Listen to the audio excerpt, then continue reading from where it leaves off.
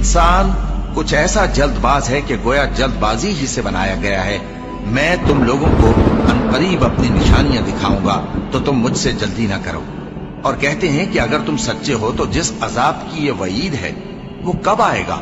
ऐ काश काफिर उस वक्त को जाने जब वो अपने चेहरों पर से दोज़ख की आग को रोक न सकेंगे, और न अपनी पीठों पर से, और न उनका कोई मददगार होगा, बल्कि क़यामत उन पर यकायक आ वाक़ होगी और उनके होश खो देगी।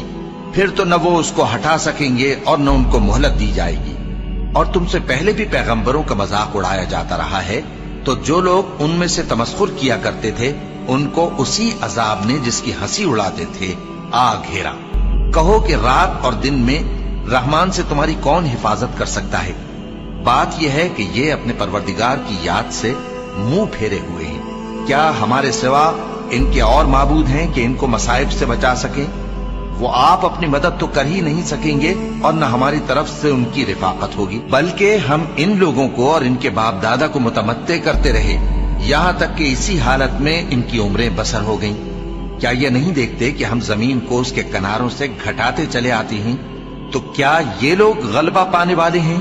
कह दो कि मैं तुमको वही के मुताबिक खबरदार करता हूँ, और बहरों को जब तंबीह की जाए तो वो पुकार को सुनते ही नहीं। और अगर इनको तुम्हारे परवरदिगार का थोड़ा सा अजाब भी पहुंचे तो कहने लगे कि हाय कमबख्ती, हम बेशक गुनाहगार थे। और हम क़यामत के दिन इंसाफ की तराजू खड़ी करेंगे तो किसी शख्स की जरा भी हक तलफी न की जाएगी, और अगर राई के दाने के बराबर भी किसी का अमल होगा तो हम उसको ला मौजूद करेंगे, और हम हिसाब करने को काफी हैं।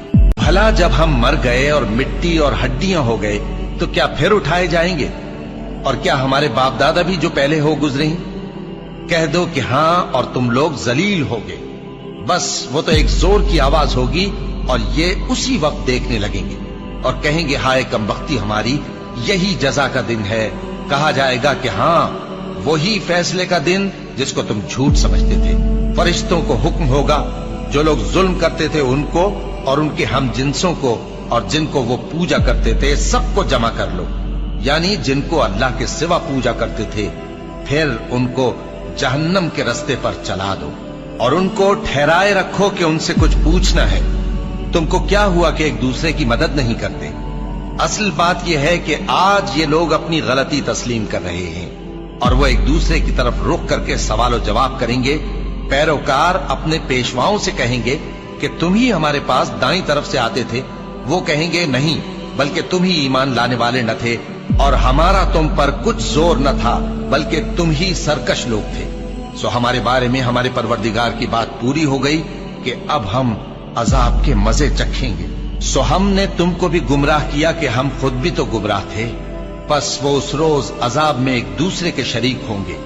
हम गुनाहगारों के साथ ऐसा ही किया करते हैं। जिन लोगों ने कुफ्र किया उनसे पुकार कर कह दिया जाएगा कि जब तुम दुनिया में ईमान की तरफ बुलाए जाते थे और मानते नहीं थे तो अल्लाह इससे कहीं ज्यादा बेजार होता था जिस कदर तुम अपने आप से बेजार हो रहे हो।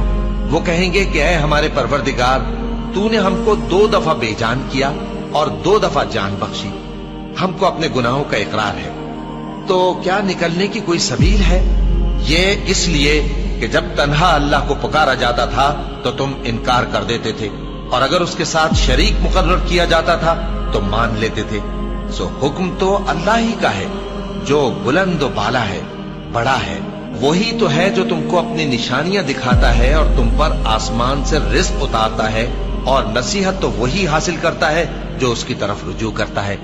तो अल्लाह की इबादत को खालिस करके उसी को पुकारो, अगरचे काफिर बुरा ही माने। वो मालिक दरजात आली और साहिब अर्श है। अपने बंदों में से जिसको चाहता है अपने हुक्म से वही भेजता है ताकि मुलाकात के दिन से डराए।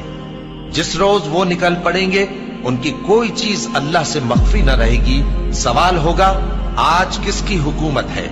जवाब मिलेगा अल्लाह की, जो अकेला है, बड़ा जबरदस्त है। आज के दिन हर शख्स को उसके आमाल का बदला दिया जाएगा। आज किसी के हक में बेइंसाफी नहीं होगी। बेशक अल्लाह जल्द हिसाब लेने वाला है।